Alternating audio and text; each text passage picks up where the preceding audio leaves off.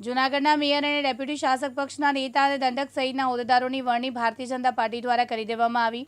હવે 3 વાગે મળનારી જનરલ બોર્ડની તમામ નામોની સર્વાનુમતે વરણી અંગે જાહેરાત કરવામાં આવશે. ત્યારે જોઈએ સત્તાવાર રીતે ઘોષણા થયેલ નામોની યાદીમાં ધર્મેશભાઈ ધીરુભાઈ પોશિયાને મેયર તરીકે જૂનાગઢના નિયુક્ત કરવામાં આવ્યા છે. ત્યારે ડેપ્યુટી મેયર આકાશભાઈ કરમણભાઈ કટારાને નિયુક્ત કરવામાં આવ્યા છે. પલ્લવીબેન ઠાકરને સ્ટેન્ડિંગ કમિટીના ચેરમેન તરીકે નિયુક્તિ કરવામાં આવી છે અને મનનભાઈ અભાણીને શાસક પક્ષના નેતા તરીકે નિયુક્ત કરવામાં આવ્યા છે.